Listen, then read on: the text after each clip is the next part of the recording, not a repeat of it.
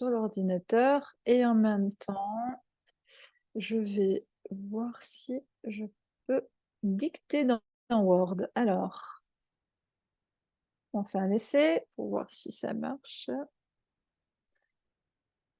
Ouais, parfait.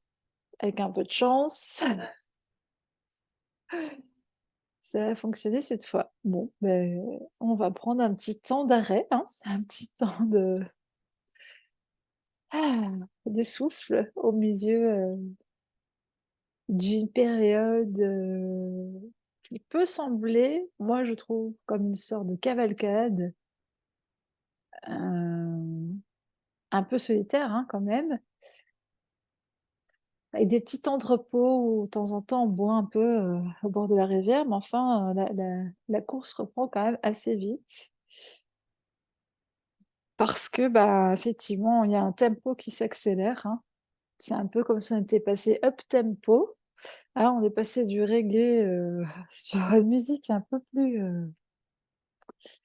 et c'est toujours donc en lien avec ces fameuses, pulsations de la Terre qu'on a été, voir le mois passé. Donc il va nous falloir un petit temps pour s'acclimater. Bah, j'entends tout de suite, hein, ça va faire ressortir nos mauvais côtés, pour la bonne cause. Bah, tout simplement pour qu'on s'aperçoive de ce qui est encore logé dans nos poitrines, dans nos cœurs, dans nos corps, et qui n'aurait pas eu la gentillesse de dégager, jusqu'à présent. Je vois un bouchon, vraiment, c'est pas très beau ce que j'ai vu, j'ai la le truc qui débouche les toilettes aussi, c'est sympathique. Ça commence bien cette session. Je vois déjà que les images sont trop poétiques à mon goût. On va ralentir un petit peu le flux. Je vois déjà que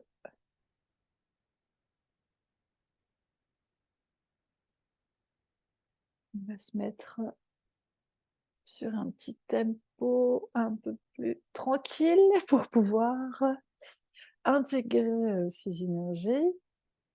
Bah, entrantes et sortantes, finalement, c'est ça. C'est toujours un double mouvement.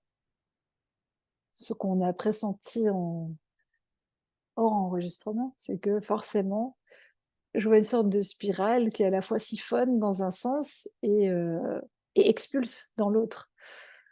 Donc c'est à la fois une tête chercheuse, je vois comme une foreuse qui creuse et on en revient toujours, au même. Et j'ai eu un petit exemple ce matin, c'est que si les fondations, la base n'est pas bonne, ça ne sert à rien de vouloir tenter des mouvements ou de vouloir, faire une construction quelconque par-dessus. Donc on revient à la base de la base de la base de la base de la base du petit enfant, du vivant et de notre lien à l'intelligence, réelle, puisque, bah, le thème là de la session aujourd'hui, à travers, la pieuvre et ses 8 tentacules, c'est l'intelligence infinie, autrement appelée intelligence divine, qui, si elle pouvait nous faire le plaisir de nous faire une petite infusion, un petit briefing, ou de se venir se remettre, se regreffer ou je ne sais pas comment il faut appeler ça dans nos cellules, mais en tous les cas, il est clair qu'on a l'impression qu'on nous a effacé, des banques de données complètes quand on observe l'humanité. Il y a vraiment de quoi se poser des questions et se dire qu'on se tire en permanence des balles dans le pied, surtout en ce qui concerne le vivant. On détruit des espaces naturels, on est focalisé très fort sur une réussite matérielle, qui est fort extérieure finalement et pas tellement sur le bien-être humain. Heu, c'est pas que en fait, c'est plus l'idée, c'est que l'un ne va pas sans l'autre, en fait. Réussir matériellement, c'est bien s'il y a de la profondeur. Hem, j'ai lu la remarque effectivement et je sais pas pourquoi, mais je sens ça, cette idée qu'on saccage la terre, en fait, en permanence et que ça n'a vraiment pas de sens, en fait, et que c'est quelque chose qui est pas du tout pour notre bien. Et l'intelligence divine à travers la pieuvre, c'est aussi, il y a une faculté d'adaptation. Il y a aussi quand même un système de défense et de protection puisque la pieuvre, elle est très maligne, mais vraiment très maligne et elle peut effectivement jeter de l'encre, brouiller les pistes, se rendre un peu invisible aussi, hem, se faire discrète quand c'est nécessaire. Je sais pas pourquoi, mais vraiment on revient à ce lien à la profondeur, les mers souterraines, les océans souterrains. Je suis tombée sur un petit article qui confirme nos découvertes du mois passé. Il y a bien des mers qui sont sous la croûte terrestre beaucoup plus profondément que ce que les gens communs pensent. Les scientifiques de soi-disant l'avant-garde humaine aujourd'hui. Il y a une grande intelligence dans ces couches-là, dans ces profondeurs-là. Et petit à petit, je vois comme des bulles d'air qui remontent à la surface pour venir quand même nous informer, qu'il se passe, d'autres choses. Et je sens quand même que c'est important de rester vigilant. Avant tout, c'est par rapport à nous-mêmes, mais c'est parce qu'on a tendance à se reposer sur nos lauriers une fois qu'on a atteint une certaine paix intérieure ou un certain, statut, un certain privilège, un certain standing, un certain métier, que sais-je, ou qu'on est en couple, ou qu'on a atteint supposément un objectif qu'on s'était fixé. Il semblerait qu'on ait quand même tendance à se relâcher un peu et à se dire que c'est bon, alors que le principe du vivant, c'est une perpétuelle évolution. Il montre Michael Jackson, c'est amusant, mais genre entre Thriller, Bad, Dangerous, bon, des albums qui ont quand même été des références internationales de la musique. Ben non, on n'a pas le temps de se reposer. Enfin, c'est vraiment drôle ce que je vois. C'est un peu comme si je voyais qu'il y a une force vive qui est continuellement et perpétuellement en action à l'arrière-plan, qui actionne plein de choses. Je vois, je sais pas, mais les poulies et les cordes dans l'arrière des décors des théâtres, il y a constamment à l'arrière-plan de parce que nous, en fait, on voit le théâtre. On me rappelle que nous, notre vie, on la vit, un peu comme des spectateurs qui vont au théâtre et qui observent le monde en pensant que ce qu'on voit, c'est vrai. C'est très enfantin de notre part, mais on a été éduqués comme ça et l'intelligence infinie, elle est beaucoup plus vaste évidemment que ce qu'on perçoit. L'orchestration divine, ça se passe apparemment vraiment à un autre niveau de perception, un autre niveau de conscience. Et il y a des actions que l'intelligence divine nous appelle à faire. Des actions concrètes, hein, pour la planète, pour nous-mêmes.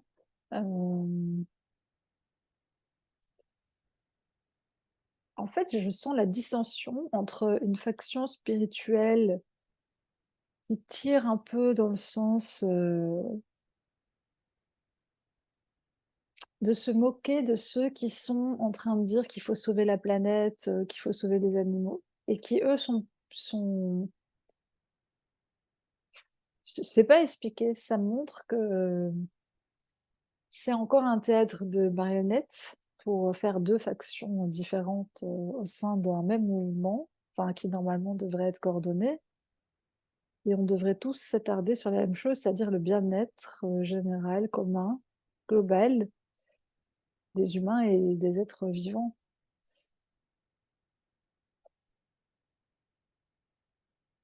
Ça revient à cette idée, un peu, religieuse, parce que j'avais rigolé en me disant que j'allais dire la messe ce dimanche, mais qu'en fait on prêche pour trop de chapelles.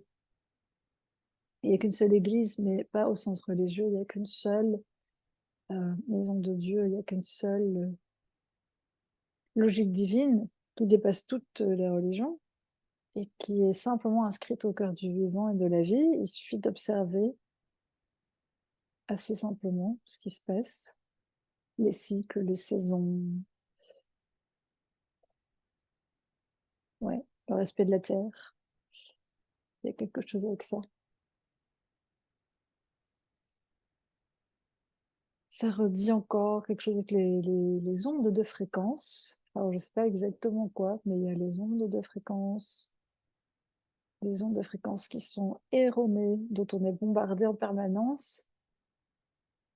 J'ai quand même l'impression que ça revient un peu comme dans la musique, c'est comme si au lieu de nous donner le la, on nous donnait le do et toutes les personnes qui en ce moment essayent vraiment d'être dans une symphonie un peu plus grandiose, un peu plus élevée,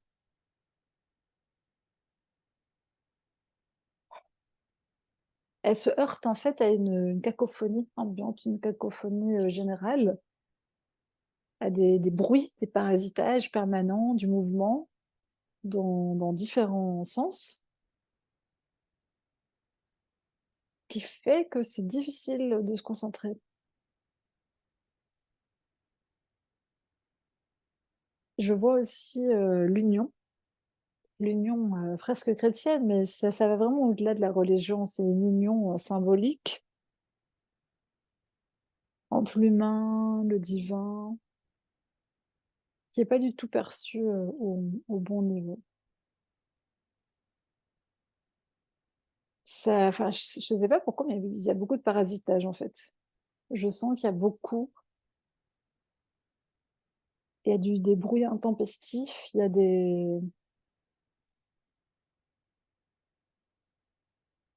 pas expliqué, oui, c'est il y a quelque chose, avec ça. Quelque chose qui nous empêche, de nous concentrer sur le but réel, en fait. Hem,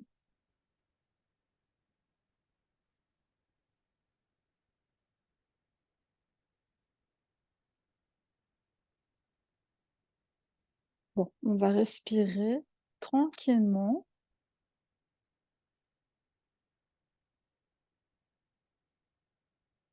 et je vais essayer de passer outre, ce truc-là parce que j'avoue que c'est assez perturbant. Je sens vraiment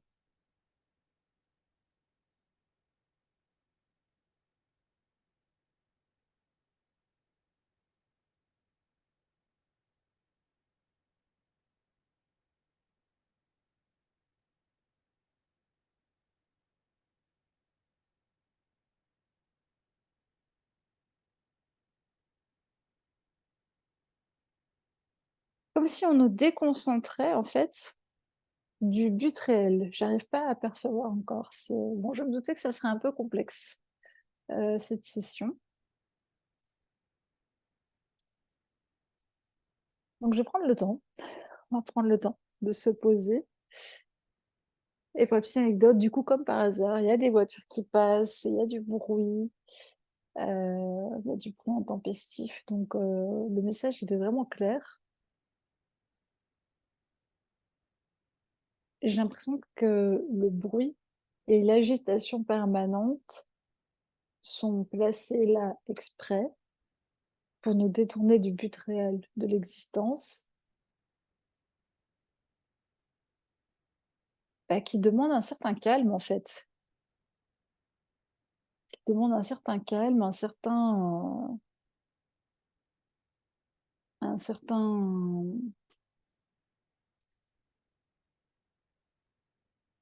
espace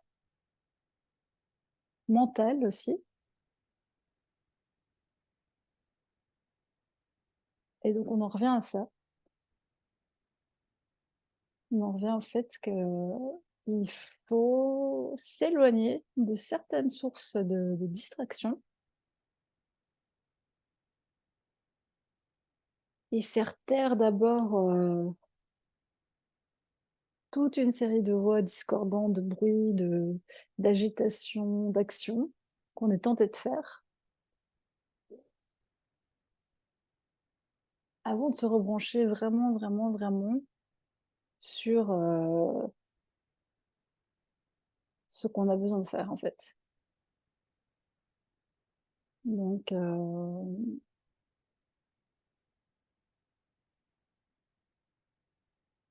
je ne sais pas exactement comment on peut passer ce seuil, mais j'ai l'impression qu'il faut mettre une certaine autorité aussi à l'intérieur de soi et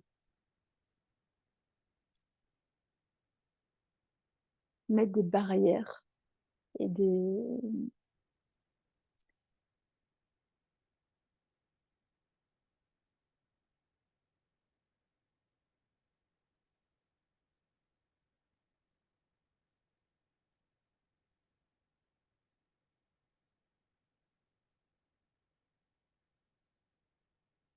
bon, on va prendre le temps, c'est une session plus compliquée que les autres. En même temps, c'est une énergie, qui est pas forcément facile à canaliser, donc elle se passe peut-être aussi, vraiment au-delà des mots.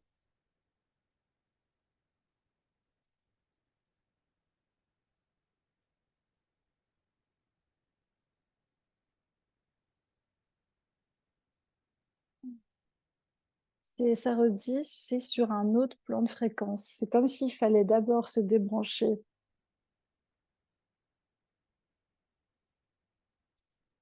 de l'énergie ambiante. Je sais pas expliquer, c'est comme si on devait être dans un bain tiède, mais on te met tout le temps dans de l'eau froide.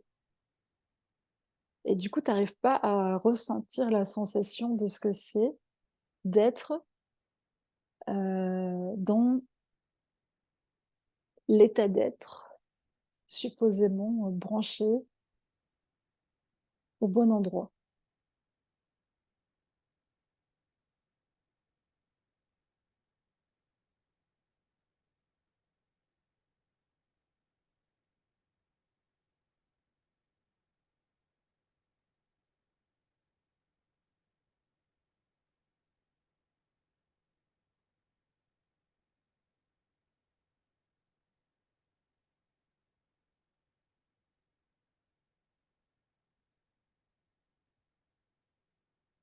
Ça me fait penser à un grand nettoyage, en fait. Ça me fait mal à la nuque, encore une fois, il y a un grand nettoyage à faire.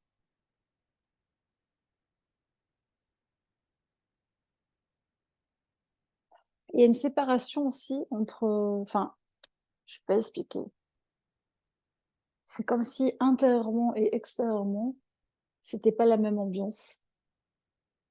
Le monde extérieur en permanence, en fait, il nous retire de, ce qu'on est censé faire. Il nous donne des occasions de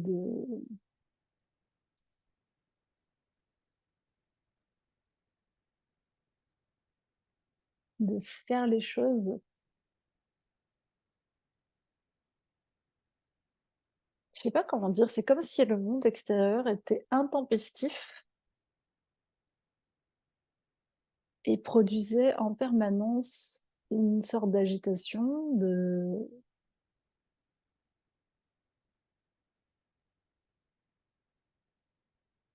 ouais, une sorte d'agitation permanente en fait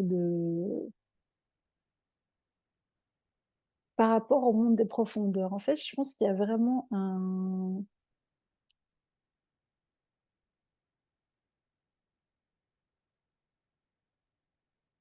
il y a une très grande différence, une très, très grande différence entre notre monde intérieur et ce qui s'y passe vraiment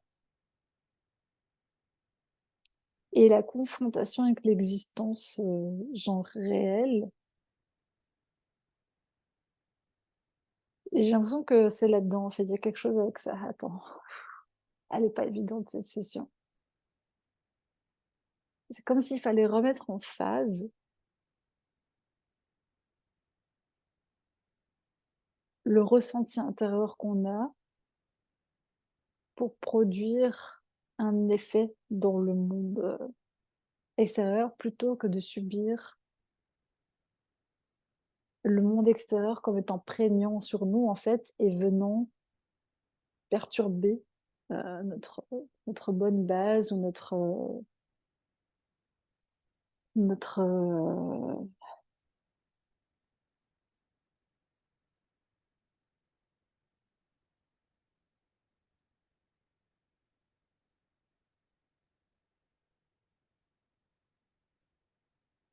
notre, oui, comme un espace de paix, en fait. Il y a un vrai espace de paix en nous et je vois comme un truc qui déborde, un c'est bizarre, mais je vois une sorte de fluide ou une sorte de jupe qui pourrait venir comme envelopper le monde et la réalité, hem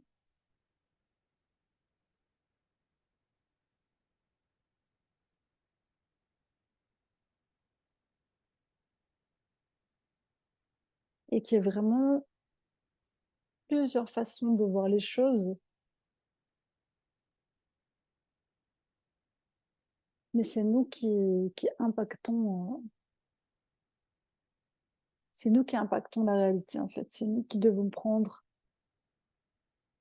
une décision claire sur ce qu'on tolère dans notre monde extérieur. C'est comme ça que je vois les choses.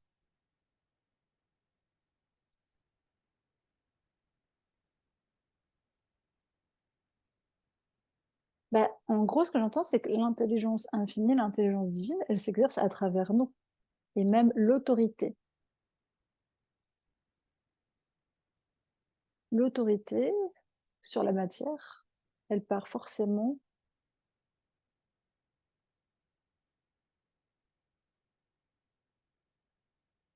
de notre espace intérieur, de comment il est ordonné. Et il y a un exact reflet quand même dans dans la matière, de ce qui peut aller ou ne pas aller, de ce qui est bien ordonné ou n'est pas bien ordonné.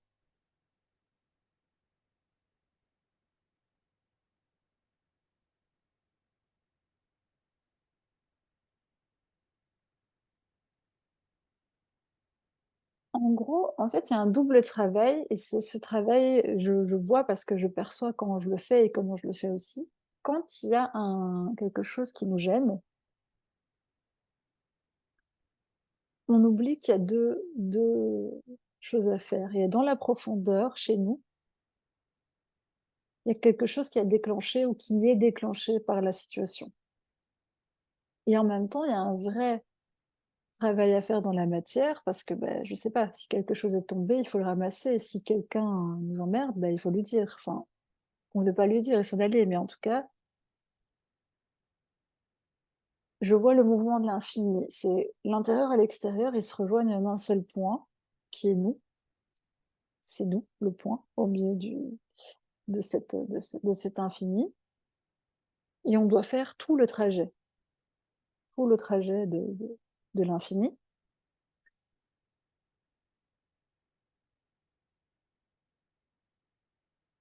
Donc il faut faire tout le travail en profondeur et tout le travail dans la matière. Et souvent, ce qu'on me montre, c'est qu'on fait juste un peu de travail, à l'intérieur, mais pas toute la boucle pour revenir à soi. Et idem dans la matière, on fait un peu de travail, mais on va pas au bout de la chose. Et on croit équilibrer en faisant un peu de travail à l'intérieur, un peu de travail à l'extérieur. On se dit: «Beh, c'est bon, j'ai fait tout le travail». Sauf que sur le dessin de l'infini, on a juste fait ça et ça et on n'a pas fait la jonction. Déjà, on n'a pas fait la jonction entre les 2 correctement et on n'a fait qu'une petite partie de la trajectoire, des 2 côtés. Donc on est dans la réunion des polarités, dans l'ordonnancement de la matière, dans l'autorité sur la matière. Et l'intelligence infinie, bah, justement avec ce signe de l'infini, ça nous montre que l'intelligence infinie est de savoir que ce qui prime, c'est notre autorité et la manière dont on l'exerce, que ce soit à l'intérieur ou à l'extérieur, ce qui aura à peu près le même effet, mais on ne peut pas se défaire d'une des 2 réalités. Si on nie l'intérieur, on nie l'extérieur. Si on nie l'extérieur, on nie l'intérieur, puisque c'est une seule et même chose. Bon, comme une sorte de chaussette renversée par un principe de relativité einsteinienne, trop compliqué à comprendre pour nous. Mais c'est simplement une question de c'est une dimension qui ressort dans 2 côtés. Je vois, il y a un point et c'est comme si la dimension s'ouvrait comme ça dans une sorte d'ellipse à la fois à l'intérieur et à la fois à l'extérieur, qui recrée en permanence une réalité pour nous. Mais je vois qu'en chaque point de la courbe, il faut que ça passe à la fois à l'intérieur, à l'extérieur, à l'intérieur, à l'extérieur. C'est un peu comme peindre, un peu,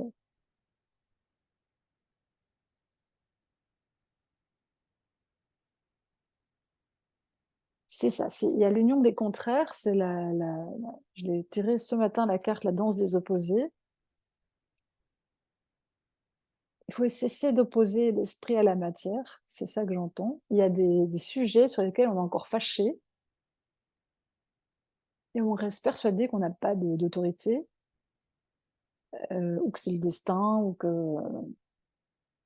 on croit que sur certains sujets, un travail intérieur est à faire, mais pas forcément dans la matière et inversement, et on régulièrement, on peut se tromper. C'est pas forcément en fait, pour être sûr, dans tous les cas, vaut mieux faire le double travail qui est le même, hein, et qui va se rejoindre la main à un endroit. Je vois des mains qui vont se tenir. Et pourquoi la pieuvre? Ben justement, il y a ce côté très, fluide, le fait d'être immergé dans un liquide, et d'être, très fluide, et puis une double rangée de ventouses.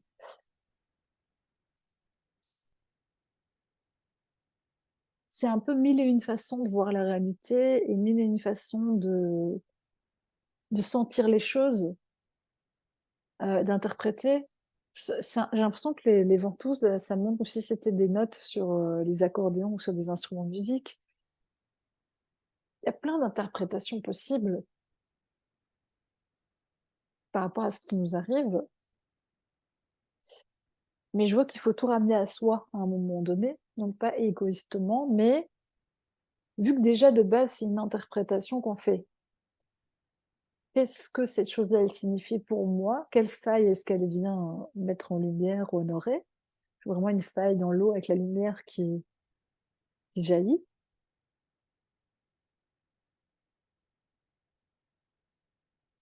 Il y a quelque chose avec la craquelure, ouais, je vois vraiment, en plus, la pieuvre, elle est capable de s'aplatir et de passer dans des tout petits interstices, presque de devenir, comme une feuille de papier, quoi. Elle s'est rentrée dans des tout petits endroits comme ça, se faufiler vraiment dans des petits endroits assez escarpés.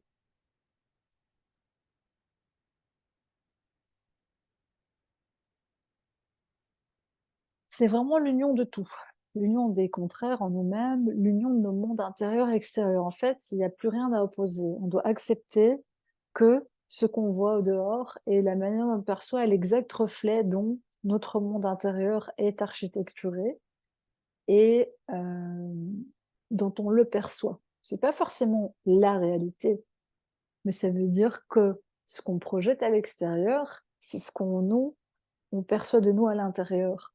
Et c'est là où il y a un gap d'interprétation qui est mauvais. Les gens, et moi aussi, des fois, on pense: «Ah, je sais pas, je suis dans un petit endroit, ça veut dire qu'à l'intérieur de moi, c'est rétréci ou quelque chose s'est rétréci».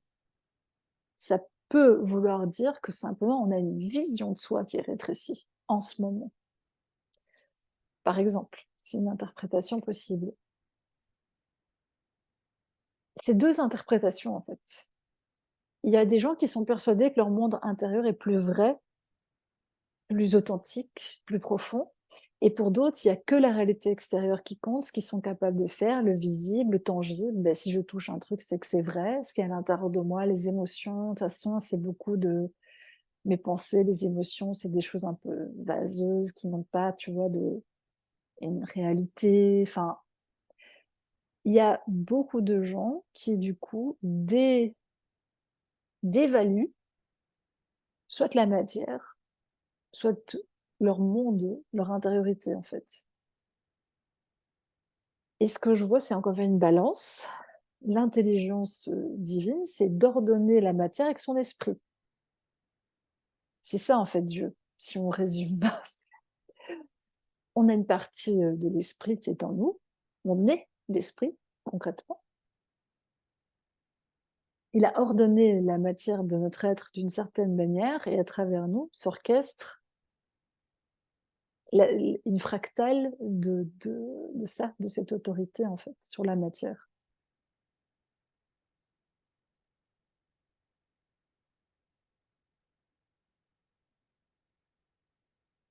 Oui, il y a quelque chose aussi du fait que la pieuvre, c'est une intelligence qui est fluide, qui s'adapte à son environnement et qui est,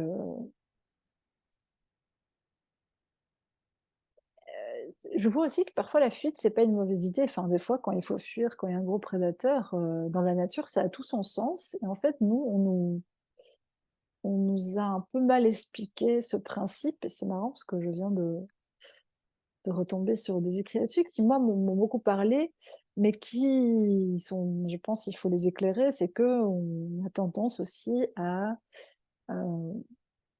se dire que la peur, c'est nécessairement mauvais et qu'il faut transcender toutes ces peurs, il faut se jeter dans le vide en permanence, il faut, enfin, ça devient des injonctions de courage,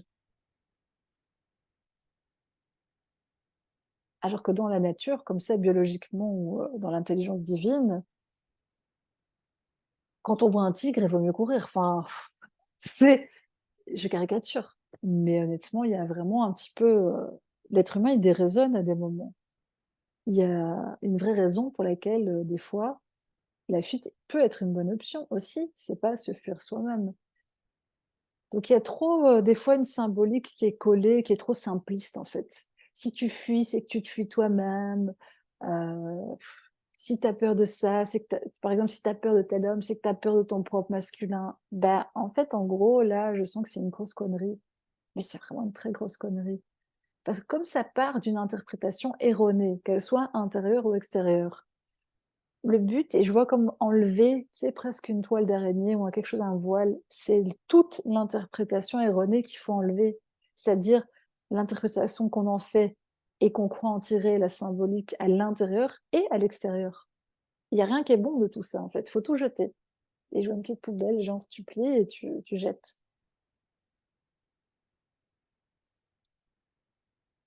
Donc c'est pas bon, effectivement.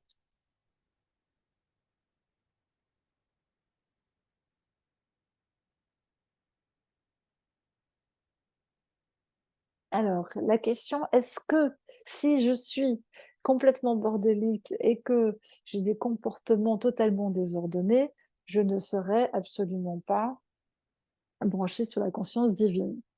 Pour moi, c'est une question piège et ça part plus d'un jugement qu'on peut avoir sur soi ou de ce que serait, le divin, ce qui serait parce que ordonné à quel niveau de perception?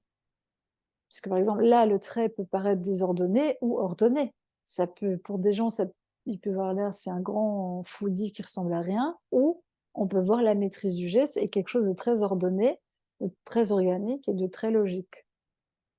Tout dépend du regard qui est posé et de la perception. L'int J'ai entendu que l'intelligence divine est de ne pas interpréter et juste de vivre la chose à l'intérieur et à l'extérieur, sans séparer la situation, sans séparer la c'est le monde des sensations aussi, la pieuvre, c'est, être complètement immergé dans l'expérience, faut-il le rappeler, c'est quand même le but d'être venu sur terre. Hem, Se laisser emporter des fois aussi par les flots quand la vague est trop forte, il vaut mieux se laisser emporter et c'est aussi, ce qu'on oublie ou certains appellent ça le lâcher prise, mais c'est que l'intelligence, elle est renouvelée. Il y a pas une réponse qui est bonne en permanence. Une fois, ça peut être bien d'être dans l'action, une fois, ça peut être bien de se reposer. Une fois, ça peut être bien de ne rien faire, ou d'être complètement, d'avoir l'air d'être complètement désordonné, parce que ça peut nous faire du bien à ce moment-là. Et peut-être que le lendemain, on a vraiment besoin d'ordonner, de ranger, nos affaires. Donc il y a pas une réponse ultime. Ah, je vois mon chat essaie de rentrer, c'est drôle. Il est coincé dehors, le pauvre. Il doit avoir un rapport avec l'intérieur-extérieur. Je vais le faire rentrer quand même.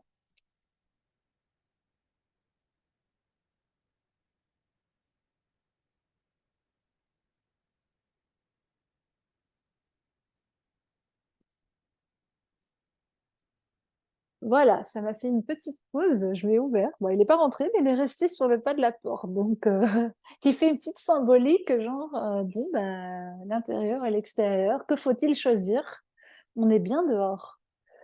Et en même temps, la sécurité et la chaleur de l'intérieur, elle est aussi agréable. Donc, ça aussi, c'est une question de nature. Il y a des gens pour qui ça va être plus facile d'aller travailler dans leur monde intérieur, de comprendre des choses, de réfléchir sur eux-mêmes. Et pour d'autres, c'est plus facile d'agir dans la matière, tout simplement. Et ça, c'est juste une nature particulière. Par contre, je vois comme mon ordinateur ne cherche pas, donc je vais essayer de le rebrancher comme il faut, parce que sinon, le Zoom va bêtement s'arrêter, parce qu'il n'y aura pas de batterie. Donc décidément, aujourd'hui, on a beaucoup de contrariétés techniques ou de... Attends, hop, est-ce qu'il y a un côté qui fonctionne? J'ai un chargeur ou un ordinateur qui est capricieux depuis un moment. Non, ça cherche pas. Bon, on n'est pas encore tout à fait sur le rouge, mais presque. Donc, je vais quand même essayer de le rebrancher. Attends, il faut aller à la prise, peut-être. Enfoncer la prise. Non, ça change rien, décidément. Il vaut mieux en rire. Voilà, ça, c'est les caprices du monde extérieur. Alors, attends, hop, tac, on relance tout. Avec un peu de chance, ça va le faire. Et non, toujours pas. Ah là là, c'est hyper drôle. Bon, alors, l'ordinateur a décidé de ne pas être coopératif. On va changer de prise, on ne sait jamais, hein, des fois, il faut faire des choses bizarres. Alors, non, ça cherche toujours pas. Moi, ah là là, si, c'est un peu le jeu. Quand va-t-elle perdre patience? Non, mais j'ai déjà perdu patience, là. Allez, ils ont trouvé une blague très drôle. On n'a pas de prise sur le monde extérieur. Voilà.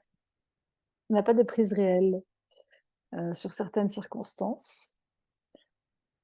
Et ça ne veut pas forcément dire que moi, j'ai un problème dans mon énergie, que je ne sais pas me recharger ou que, tu vois. En fait, on a tendance à surinterpréter au lieu de vivre, bah, juste, putain, c'est chiant, mon chargeur, tu vois. Putain, c'est emmerdant, mon truc, il ne cherche pas. Donc, c'est un peu embêtant. Et on n'a pas besoin de comprendre forcément ce que ça représenterait pour nous. On peut juste vivre ce qui est proposé, en fait. Et ça a l'air d'être plus intelligent. Bon, pendant ce temps-là, j'essaie quand même de réparer le truc parce que sinon, je sais pas pour combien de temps mon ordinateur va tenir. Pas très longtemps, à mon avis. Voilà, bah, c'est la petite blague du jour. Hein. Écoute, apparemment, c'est Sabrina et ses contrariétés, apparemment, aujourd'hui. Bon, je suis un peu là, bon, bah ok, bah, il faut accepter, je ne sais pas, il faut accepter l'expérience peut-être. Je vais ressortir le chargeur, le mettre dans l'autre sens. Écoute, il faut tout essayer. Elle est amusante cette session. Hein. Enfin, amusante, sûre, mais ça a marché. Voilà. Et ben oui, écoute, le truc était à l'envers, le câble était à l'envers, donc peut-être qu'on était mal branché, hein, qui sait, voilà. Même si on n'a pas tout interprété, en tout cas c'était drôle. Bon, on a réglé le problème du câble. Ah là là, mais c'est quand même une petite blague pour dire que souvent on voit les choses à l'envers en fait, et on se demande pourquoi le courant il passe pas.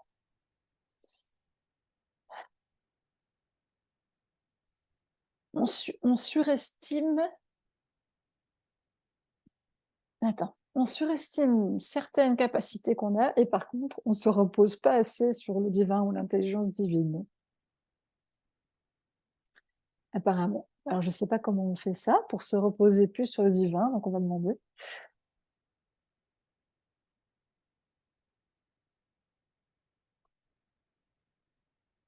comment on peut rééquilibrer, du coup,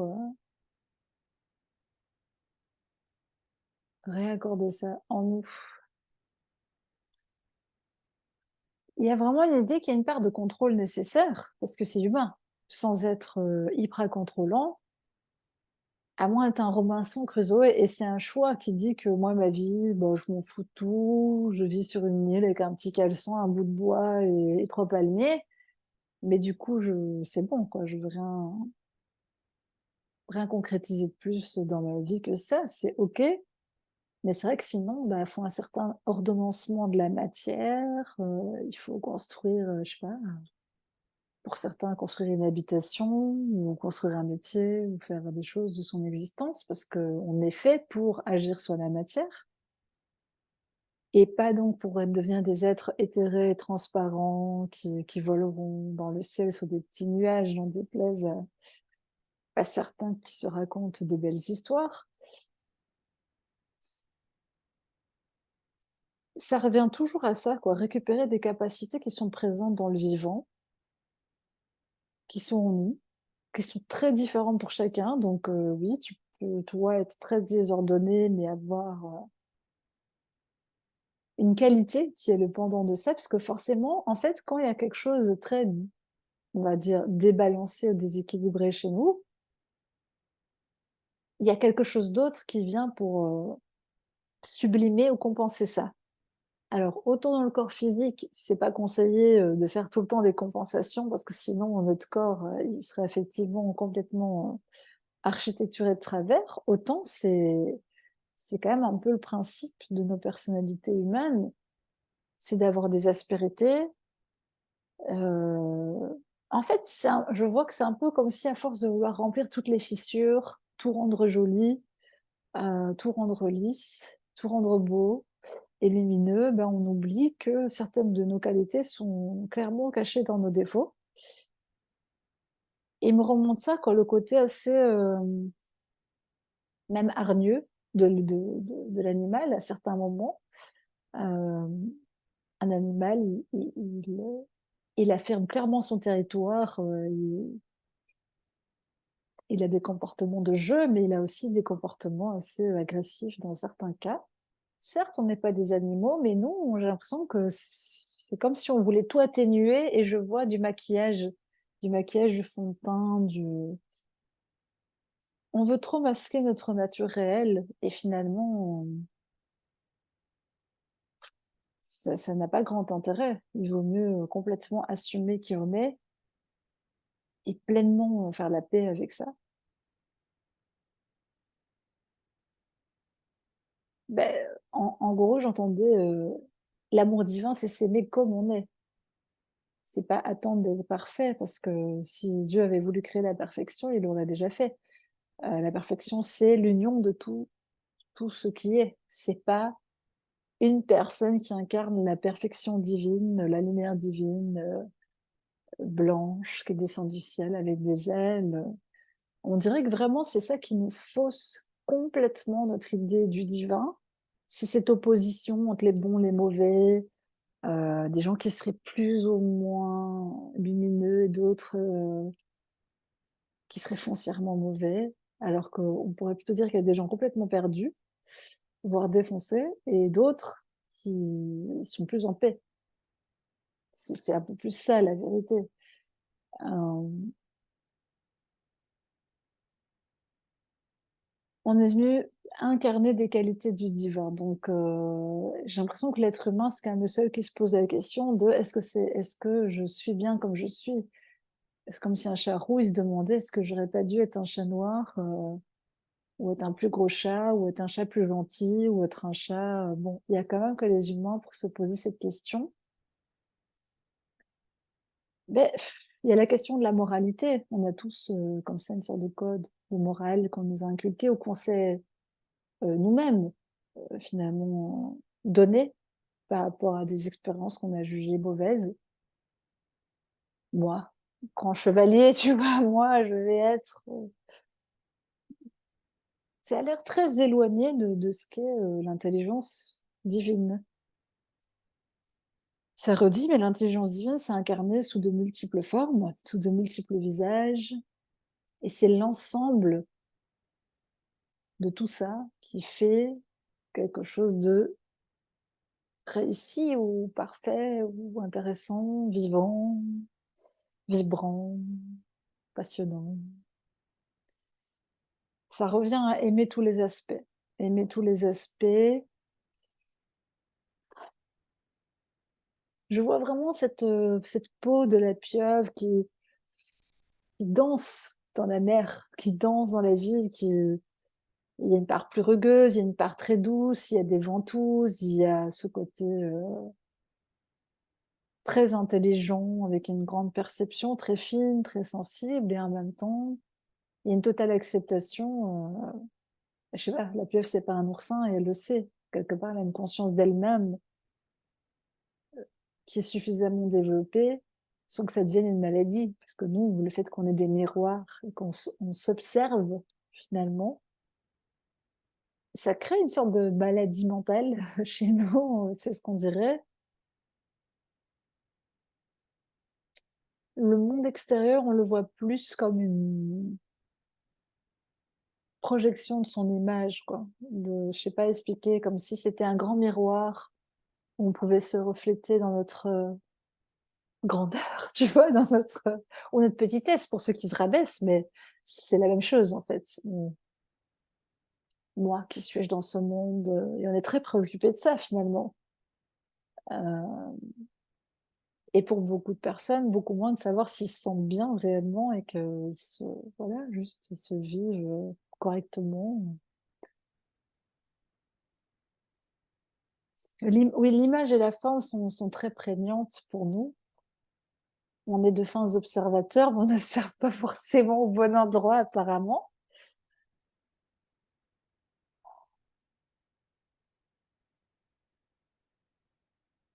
Mais j'ai quand même vraiment cette sensation qu'il y a quelque chose en nous, de notre monde intérieur, de très puissant, qui peut balayer autour de lui avec sa fréquence et c'est comme si ça changeait la réalité. Donc on a quand même un impact qui est notable sur notre entourage, sur nos plantes. Il suffit de voir nos plantes, nos animaux, à quel point ils absorbent nos énergies. Hem, voilà, notre environnement. Donc l'histoire qu'on se raconte de nous-mêmes et l'effet qu'on a dans le monde, c'est pas la même chose et on en revient à ça, que c'est notre ego qui veut se saisir, du résultat. Il veut savoir: «En quoi je sers le divin? Est-ce que mon impact est intéressant? Est-ce que» et du coup pouvoir se glorifier du truc quoi, dire, «Oui, moi j'amène ça» ou «Je fais ça». Enfin, c'est notre personnalité en fait qui a besoin d'avoir ces réponses-là. Mais je sens qu'il y a quelque chose de très simple à l'intérieur de nous qui est là et qui attend de servir en fait, qui est, enfin je sais pas, je vois un banc d'école, je sais pas pourquoi, mais quelque chose d'assez simple, d'assez, joyeux, un peu comme un petit lutin, tu vois? Ou un petit enfant intelligent qui est là, bon bah, demande-moi la réponse, enfin tu vois? Moi je connais la réponse, pourquoi tu me demandes pas? Donc il y a une part en nous qui est un peu magique finalement, dont on se sert très peu. Ou on s'en sert dans le désespoir, quand, vraiment on a usé toutes nos solutions et qu'on est là: «Au secours, viens m'aider» et du coup, on fait un peu peur à cette part-là parce qu'elle se dit: «Pourquoi il pleure? Pourquoi, et la connexion se fait pas très bien». Donc c'est plus dans un espace joyeux, ouvert, tranquille, hem et je sens que, en gros, faut pas hésiter à envoyer balader, le monde, les gens, pour leur bien, hein. Ça le redit, mais ça paraît très dictatorial, mais en fait, il faut imposer son monde. Si, les gens sont frustrés, c'est parce qu'ils ont un monde intérieur, quelque chose qu'ils ressentent, eux, comme juste, mais ils n'osent pas et ils ne se permettent pas de le prendre comme référence ultime. Voilà. Par contre, beaucoup de gens qui n'ont pas de valeur ou pas de morale, eux, ils se gênent pas. Voilà, ils se disent: «Non, ben c'est comme ça que moi je vois les choses, donc tous fermez vos gueules et puis on va faire comme ça». Et c'est là qu'on voit que les gens «bien» entre guillemets ou les gens bons ou plus doux ou plus mesurés, bah, quelque part, ils se trompent. Parce qu'à un moment, il faut sortir son épée de vérité et dire: «Mais moi, le monde, je le vois comme ça, en fait et je veux que ça soit comme ça». Et c'est pas genre, capricieux, oui, vous êtes tous à mes ordres et à mes pieds, mais c'est qu'en fait, on a la responsabilité d'ordonner le monde autour de soi. Quand il y a un grand prédateur qui passe, un requin, dans l'océan, les autres, ils se bougent, hein, ils se disent pas: «Tiens, si je montais sur le dos du requin et tout, j'allais faire du surf, c'est pas trop une bonne idée». Donc chacun est ce qu'il est, en fait. Il a une nature. Certains, sont venus pour être plus conciliants et d'autres sont venus pour être, mordants, par exemple. Et certains sont les petits chiens qui mordent au mollet des gens en les faisant chier, quoi. Et en fait, tout ça, c'est probant. Donc la nature divine, c'est tout. C'est l'entièreté du truc. D'ailleurs, on le voit là. C'est toutes les couleurs, c'est toutes les nuances. Hem, Bien sûr, c'est pas des nuances, tu vois? Torture, tout ça, bon, ça n'a pas trop à voir avec le divin. Ça, c'est une déviance mentale. Mais c'est comment dire? Notre nature, elle est diverse et variée et je ressens vraiment, hein, ce travail qui se fait avec la pieuvre. J'ai l'impression qu'on nage avec la pieuvre, vraiment. Là, je ressens dans mon corps comme si c'est à la fois il y a une force là-dedans dans un je sais pas expliquer, une force et une fluidité, une faculté à se faire, à la fois discrète ou à se montrer très, si elle ouvre toutes les pattes et qu'elle commence à, tu vois, à jaillir, bon, elle peut être très impressionnante.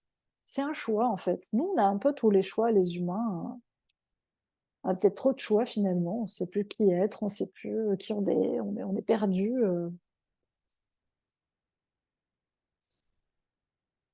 En fait, il y a vraiment comme s'il y avait une simplicité dans l'être et dans l'intelligence divine. C'est en dehors des étiquettes, c'est vraiment, dans un autre espace de soi.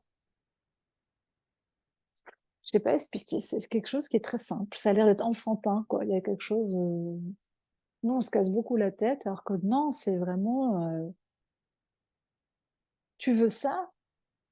Ben fais tout pour, enfin, va vers des solutions simples, en fait, vers des chemins assez directs, vers un discours simple, vers, des gestes simples. Hem, je vois qu'il faut tout simplifier, en fait, voilà. C'est vraiment ça que je vois, hein, simplifier, couper les tout ce qui sert à rien, tout ce qui parasite, hem, comme si on revenait à un tronc massif, lisse. Il faut élaguer tout ce qui ne sert à rien, cache la lumière, fait trompe-l'œil, est juste là pour faire joli ou tout ça, ça sert à rien, bah, hop, tu tout, au bout nu, quoi. C'est vraiment ça que je vois. Pas de fioritures, pas trop de détails. Ça redit mais simpliste. Une vision de l'existence, simple. En fait, le monde est tellement, complexifié volontairement, hein, il rentre dans des détails, des chamailleries, des petites querelles de chapelle, des que c'est enfin, il y a quelque chose d'extrêmement fatigant là-dedans et moi, je sens ça revient tout le temps, il y a comme un appel à une grande simplicité, en fait, dans sa vie, le plus simplement possible. Si tu es pas trop ordonné, bah, tu sais, ça a l'air de dire, bah, soit tu trouves une femme de ménage, soit si vraiment c'est important pour toi, de restructurer, ton espace et de pas avoir de bordel, ben, tu prends un coach en home staging qui vient t'aider, à avoir des grosses bases et après ça sera à toi de t'y tenir. Hem, mais j'ai l'impression que la solution la plus simple est la meilleure. Que nous, on se casse trop la tête ou des fois on veut, faire les super-héros et à tout prix résoudre tous nos problèmes, être bon dans tous les domaines, pouvoir être à la fois une femme battante, une femme éclairée, une femme ci ou un homme fort, un homme qui gagne de l'argent, un homme qui enfin, c'est pas possible. Je dirais, à un moment, il faut bien qu'on ait des défauts. Pourquoi est-ce qu'on n'accepte pas qu'on a des défauts et que c'est pas forcément une hérésie et que c'est pas forcément un problème, que ça peut même être source de joie, nos petites conneries, nos petites bêtises humaines, ça peut nous faire sourire, même si ça peut nous irriter. Mais en fait, c'est vraiment ça que je vois, c'est que c'est la rencontre entre différents mondes. Mon monde, celui de l'autre, ne se correspondent pas de base.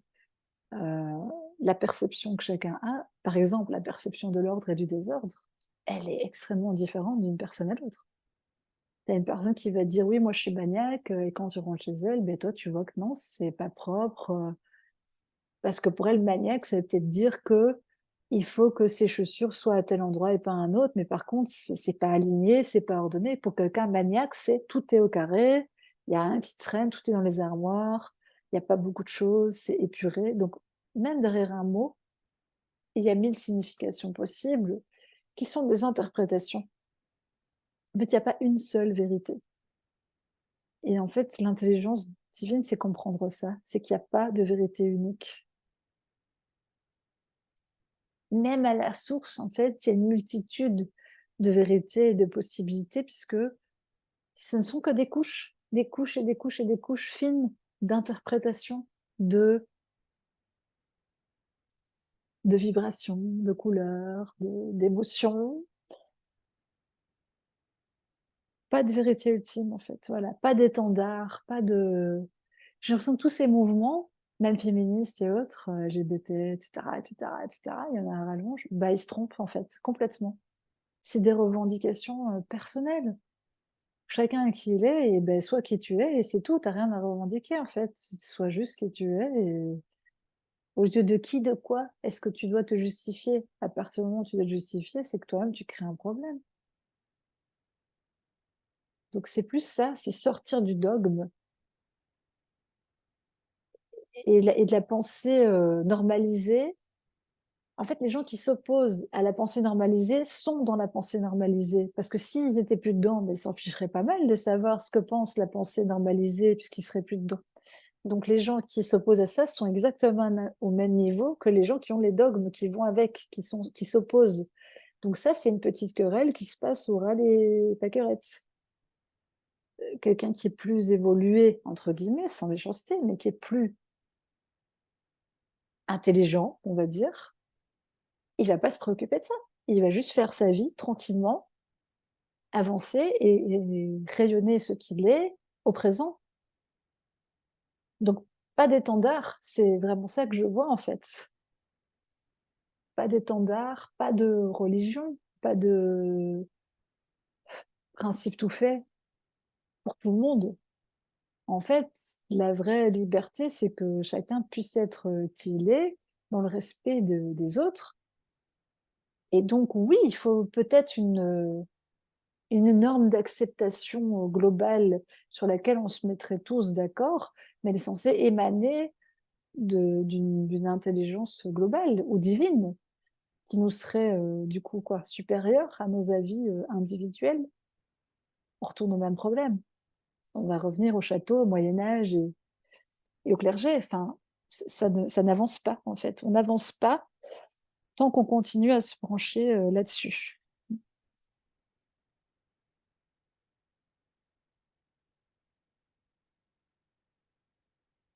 On se laisse, en fait, encore piquer par, nos différences, par, des différents points de vue. Souvent, on bataille pour, exprimer une vérité ou, j'ai l'impression que l'intelligence, divine, l'intelligence infinie serait d'expliquer à l'autre comme si c'était un livre. Moi, dans mon monde, je me raconte la vie comme ça. Voilà comment sont les personnages, voilà comment je vois les personnages, voilà comment je vois le personnage de Sabrina, voilà comment je vois ça, ça, ça. Voilà, ça c'est mon livre. Toi, tu lis quel livre? Et c'est pas plus que ça en fait. Et c'est pas plus vrai que ça. Et si on arrive à accepter ça, il y a moins de drame en fait autour de tout ça. Il y a moins de parce que dans mon livre, moi je peux être un héros et dans le livre de l'autre, je suis le méchant. Et dans le livre d'une troisième personne, je suis sublime. Et dans le quatrième livre, je suis inexistante. Mais en quoi ça m'impacte normalement? Moi, je suis en train de lire mon livre. Et mon but, c'est juste de lire mon livre et de me raconter une histoire cohérente parce que mentalement, on en a besoin. On ne peut pas être dans les limbes de, tu vois, et qui aucune logique. Nous, mentalement, humainement, on a besoin de se raconter une histoire autour de notre vie. Le parcours du héros, qui est une progression, qui est une transformation, qui est, je sais pas, quelque chose. Mais ça ne reste qu'une histoire qu'on se raconte nous-mêmes à travers la vie. Et pendant ce temps-là, la vie agit à travers nous toute seule, sans qu'on ait à lui demander. On a des impulsions, on a des crises de colère, on a notre énergie se mobilise comme ça tout à coup, voilà que tu as de l'énergie, tu sais pas pourquoi, et tu te dis: «Ah, j'ai envie de faire ça» ou «Je vais là» ou tu parles à telle personne et la personne se retrouve là. C'est pas toi qui a agi consciemment sur la matière, c'est l'intelligence divine. Donc encore une fois, il faut s'enlever la responsabilité de l'orchestration divine. Par contre, comment tu écris ton livre, comment tu l'interprètes et si tu en fais un livre d'horreur ou si tu en fais un conte pour enfants ou si tu en fais un livre qui est plus ou moins réaliste ou qui est complètement perché, c'est ton problème. La question c'est pas que, comme si dans les bibliothèques, il fallait que des livres scientifiques et réalistes. Non, c'est très bien, il y a des gens qui vivent leur vie comme un poème, il y en a d'autres qui se racontent que la vie, c'est une grande épopée chevaleresque, il y en a d'autres qui voient la vie comme quelque chose ils se racontent que par A plus B, c'est presque un livre de maths. Pour d'autres, c'est l'histoire sans fin. Peu importe, on est tous dans la grande bibliothèque universelle, les uns à côté des autres, ordonnés par l'intelligence divine. Mais effectivement, j'ai l'impression que le choix, c'est juste comment tu veux, toi, réécrire ta vie et la coloration, en fait, que tu vas donner à ça va changer ton énergie. Hem et c'est un peu comme si tu pouvais sauter d'un rayon à l'autre, c'est ça que je vois. Si tu en as marre de te raconter une histoire qui est chiante, qui tourne en rond, les péripéties sont pas très passionnantes, beh, fais un autre livre, enfin, tu vois? Raconte-toi une autre histoire.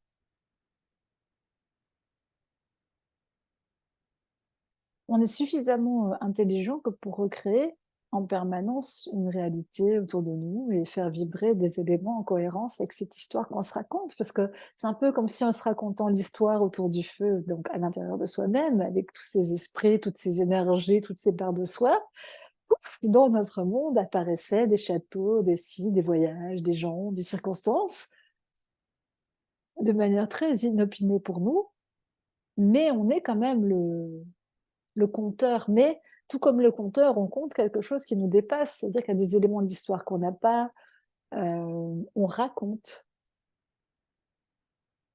mais c'est pas nous qui faisons le conte finalement. Donc c'est un choix d'avoir une vie trépidante où, en fait 2 personnes dans la même vie vont juger leur vie très différemment. Il y en a une qui va se dire: «C'est super» et l'autre va se dire: «C'est nul». Pourquoi? Il y a pas de bon ou de mauvais choix encore une fois. Et ils me disent: «Il y a même pas de bon ou de mauvais caractère, ça n'existe pas. Il y a juste ce qu'on est soi et quelle direction on donne à ça, en fait». Et ça me remonte à un exemple très probant, mais les coachs sportifs ou des gens, des sportifs de haut niveau, ils sont extrêmement déterminés, c'est à la limite du martyre des fois et extrêmement ambitieux et très, sévères. Ça fonctionne pour eux. Donc est-ce que c'est un défaut? Est-ce que c'est une qualité? Bah, tout dépend ce qu'on en fait. C'est tout en fait. C'est pas, ce que c'est, parce que ce que c'est en substance, ça va juste, produire un effet et c'est là où c'est intéressant. Donc c'est comme si nous, on passe notre temps à dire: «Pourquoi j'ai du bleu? Pourquoi j'ai pas du rouge? Pourquoi j'ai ça?» au lieu de se dire: «Qu'est-ce que je peux faire avec du bleu? Comment je peux atténuer le bleu? Comment je peux mélanger le bleu harmonieusement avec d'autres couleurs?» heu On ne peut pas changer le bleu. Voilà. Il y a quelque chose qui est chevillé dans la racine de l'être, qui est très profondément inscrit en nous, qui fait partie de notre identité divine, si on veut le dire comme ça, de notre personnalité. Voilà, je vois que c'est plus apprendre à faire rayonner nos couleurs que... Je vois des gens qui se coupent le cou eux-mêmes, enfin des poules sans tête. Je sais pas pourquoi c'est d'image horrible, mais c'est un peu ça, quoi. Non, je veux pas être une poule, ben oui, mais si tu l'es. Enfin,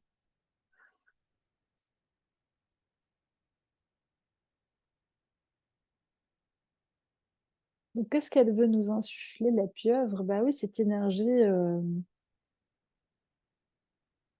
de danse avec la vie, quoi. Une danse dans laquelle des fois tu comprends rien du tout, des fois tu te laisses porter, des fois tu nages, des fois tu te caches, des fois tu reviens à la surface. Et c'est OK, en fait, tout est OK.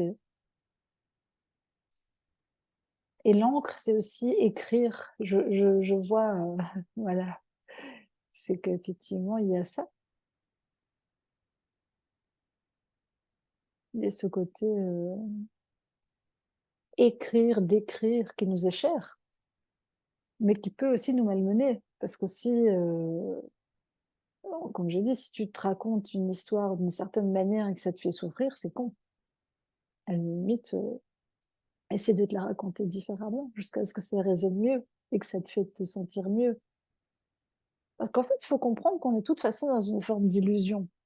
Et la vérité pure, intégrale, intégrée, elle fait partie de nous, mais à un autre niveau. J'ai l'impression que ça dit, bah, autant raconter une belle histoire. Enfin, c'est un choix finalement, mais tant qu'à faire.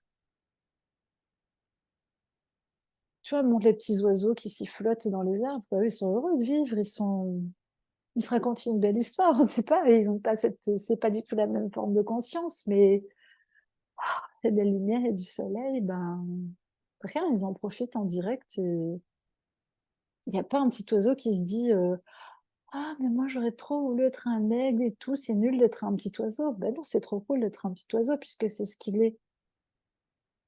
C'est cette nature intrinsèque qu'on a vraiment tendance à rejeter pour plein de raisons. Donc on revient dessus, mais la morale, la religion, les stigmates de l'ancien temps, ils sont assez quand même coriaces.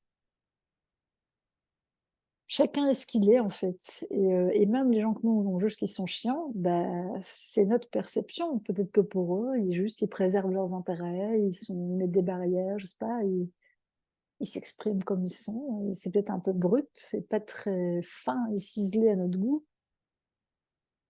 mais peut-être qu'ils se font entendre à leur manière. Donc c'est pas à nous de... Voilà, c'est un peu... Pour nous, peut-être qu'on voit certaines personnes comme des hommes et des femmes des cavernes, hein, tout juste sortis de l'œuf, avec pas beaucoup de langage, mais voilà, ils font partie du paysage.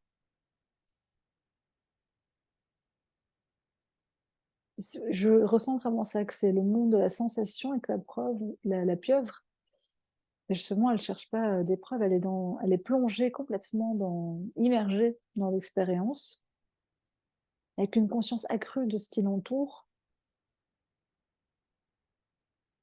Et en fait, oui, il y a quelque chose avec unir les sensations de l'intérieur et de l'extérieur. Il y a vraiment ça, quoi, cette danse permanente entre l'intérieur, l'extérieur, et qu'il n'y a aucune séparation réelle. Et s'il y a une sensation de pauvreté, oui, ça va amener quelque chose de pauvre et inversement, si tu es pauvre réellement, ben forcément, ça va amener une sensation de pauvreté, enfin, je veux dire, dans les deux sens, c'est logique. Et la façon d'enlever ça, c'est au centre. C'est à travers nous de dévisser, je vois vraiment ça comme s'il fallait dévisser le boulon, parce que ben, c'est toute une problématique qui va à la fois à l'intérieur et à l'extérieur et qui nous pollue. Il faut enlever tout le papillon, quoi. Tout le nœud papillon en infini avec le truc. et pas juste faire une petite partie à l'intérieur, à l'extérieur et se dire: «Bah, je crois que c'est bon», mais non, tu as rien enlevé là. C'est à partir du moment où on peut se dire que c'est plus un problème pour nous et j'ai l'impression que c'est juste décider, en fait. Je décide que c'est plus un problème pour moi, de ne plus m'attacher à ce problème-là et beh, donc quand je peux le détacher. Et c'est pas la même chose que nier la réalité ou atténuer en se disant: «Non, c'est pas grave, je vais m'y faire, je vais m'accommoder, ça me dérange pas trop» et faire genre alors qu'au fond de toi, tu bouillonnes et tu voudrais que ça soit différent. J'ai l'impression que c'est un mouvement multiple, genre, je sais que je suis capable de produire une autre réalité, je sais que la vie peut me proposer d'autres expériences et en même temps accepter que c'est peut-être l'expérience que tu dois faire. En fait, c'est accepter tout. Je sais pas expliquer, comme si tu devais accepter tout le sujet et pouf, il disparaît d'un coup, du coup, puisque tu l'as accepté donc il y a plus de raison qu'il reste là, dans le décor. Ils se font dans le décor quoi, du coup, ça devient un sujet, anecdotique. Donc comment résoudre ces problèmes? Il y a pas une, tu vois, comment dire? Il y a pas une bonne voie, en fait. Un médicament, une science. Il f C'est normal de se sentir concerné par ces problèmes et de pas pouvoir se détacher et lâcher prise, comme ça. Hem,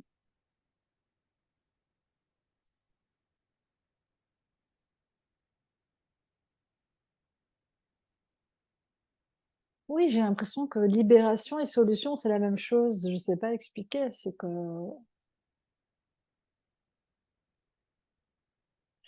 j'avais une image un peu que si tu danses comme ça dans l'eau, un peu comme une sirène. Il y a des choses qui essaient de s'accrocher à toi, mais au bout d'un moment, si tu t'en préoccupes pas trop et que tu te dis: «Quoi qu'il en soit, moi je danse avec l'existence, je danse dans les flots de la vie», bah, ça finit par se détacher, en fait.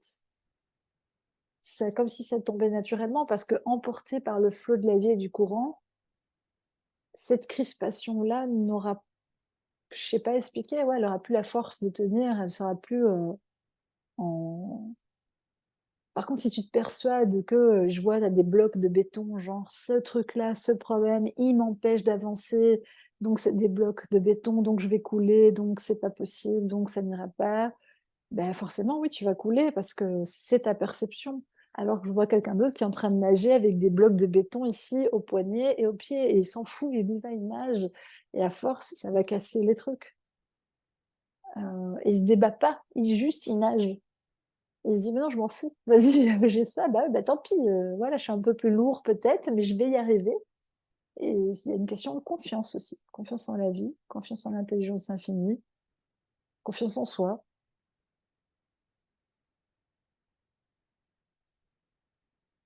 Rebrancher au bon endroit. Nous, on est en prise directe avec une forme de réalité, mais pas toute la réalité et on doit avoir confiance que cette prise directe, elle est suffisante, qu'elle nous donnera l'info juste, au bon moment et que du coup, ça nous permettra de nager dans tous les courants de la vie et de pas se noyer et que c'est ça l'intelligence, en fait. Suivre, son propre élan, c'est ça l'intelligence divine, c'est ça que je ressens.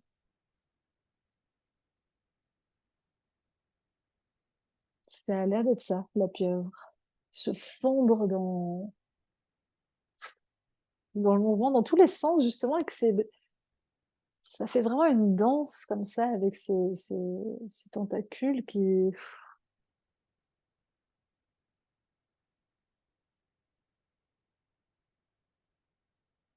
c'est plus une sensation quoi, une sensation d'être,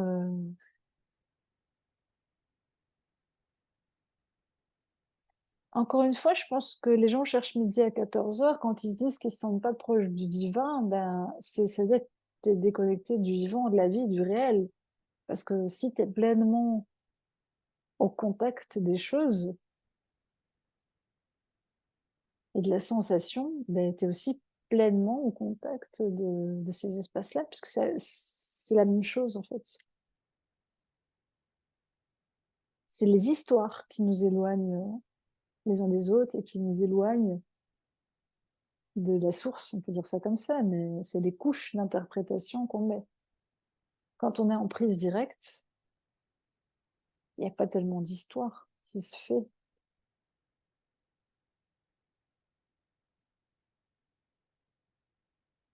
Oui, donc voilà, écoute, ça a l'air d'être ça à peu près, l'énergie qui est descendue ou montée ou je sais pas comment il faut dire ça, ou qui a été, ravivée dans notre organisme. On va prendre encore un petit temps de respiration et de